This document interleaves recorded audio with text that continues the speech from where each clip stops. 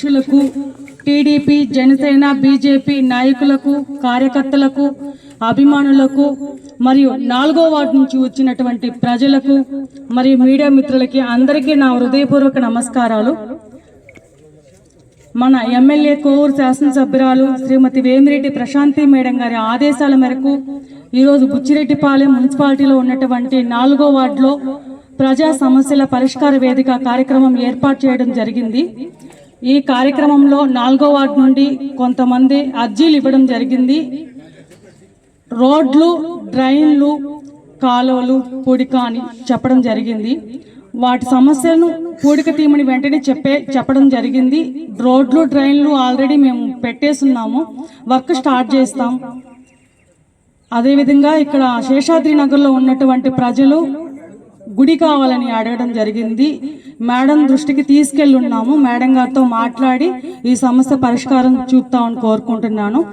అదేవిధంగా జగనన్న కాలనీలో ఇల్లు కట్టేటప్పుడు వైర్లు అడ్డం వస్తున్నాయని అర్జీ ఇవ్వడం జరిగింది. ఇది ఆల్రెడీ మేడం దృష్టికి తీసుకెళ్ళున్నాము. మేడం గారి సహకారంతో ఈ సమస్యకు పరిష్కారం చూపుతామని కోరుకుంటున్నాను. ఈరోజు ఈ కార్యక్రమానికి విచ్చేసి విజయవంతం చేసిన ప్రతి ఒక్కరికి పేరు పేరున హృదయపూర్వక ధన్యవాదాలు తెలుపుకుంటున్నాను.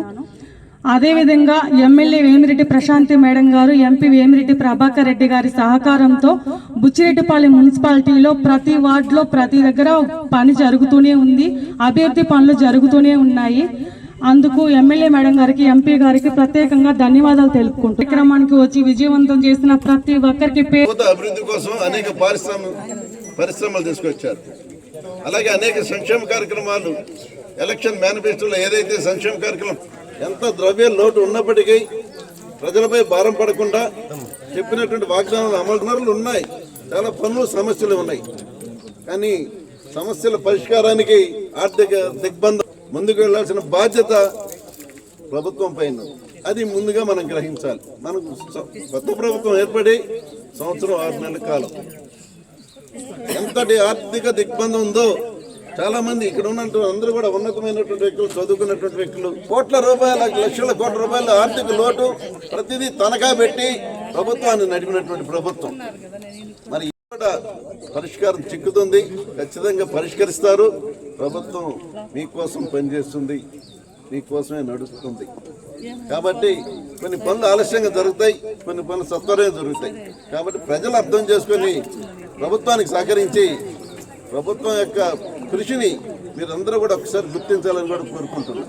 కాబట్టి అట్లాగే మున్సిపాలిటీ గతంలో అనేక సమస్యలు, అనేక రకాలైనటువంటి కొత్తగా ఏర్పడినటువంటి ప్రభుత్వం, కొత్తగా ఏర్పడినటువంటి మున్సిపాలిటీ ఒకేసారి విస్తరించి. ఎందుకంటే ఈ ప్రాంతం కాలువ కట్టిన లేరు, రోడ్డు వేసిన వాళ్ళు ఎవరు లేరు. అంత మట్టి కూడా పోయినా మీరే కట్టారు. మీరు వచ్చినాకనే మాకు రోడ్డు వేసారు, కాలువ కూడా కట్టిస్తున్నారు. మాకేం ప్రాబ్లమ్స్ లేవు. మీరు మంచి పని చేశారు, మీ దోషంగా ఉంది. మాకు ఇప్పుడు కాదమ్మా, చాలా సంవత్సరాలు మీరు ఎప్పుడు మాకు గుర్తుంటారు.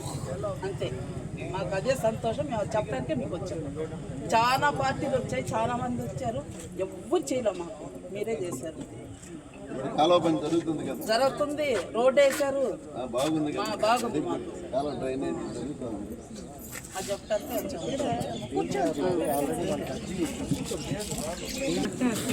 తప్పకుండా చేస్తాంలే. రోడ్లు, డ్రైన్లు